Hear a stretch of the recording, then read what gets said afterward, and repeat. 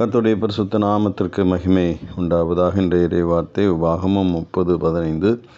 இதோ ஜீவனையும் நன்மையையும் மரணத்தையும் தீமையையும் இன்று உனக்கு முன்னே வைத்தேன். Deuteronomy 30:15.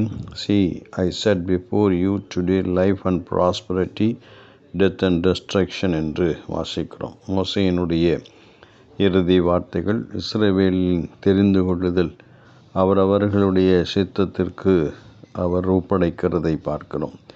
ஜீவனையும் நன்மையையும் தெரிந்து கொள்ளுகிறவர்கள் கர்த்தருடைய வார்த்தைக்கு கீழ்ப்படுகிறார்கள் என்கிறதை காட்டுகிறது. அப்படி கீழ்ப்படுகிற போது கிடைப்பது ஜீவனும் நன்மையும். கீழ்ப்படியாதவர்களுக்கோ மரணமும் தீமையும் அவர்களுக்கு முன்பாக வைக்கப்பட்டிருக்கிறது.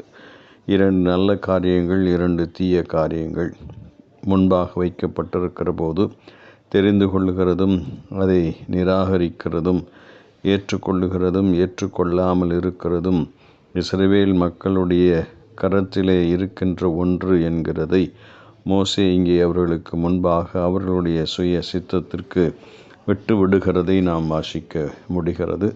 நமது வாழ்க்கையிலும் அதைத்தான் தேவன் விரும்புகிறார். ஜீவனையும் நன்மையையும் ஏற்றுக்கொள்ளுகிறவர்களாக தேவனுடைய வார்த்தைக்கு கீழ்ப்படுகிறதை நாம் தெரிந்து கொள்ளுகிற போது இந்த நன்மைகள் நம்முடைய வாழ்க்கையிலே கிடைக்கப்பெறுகிறது. கர்த்தர் இந்த வார்த்தைகளை நமக்கு ஆசீர்வதிப்பாராக.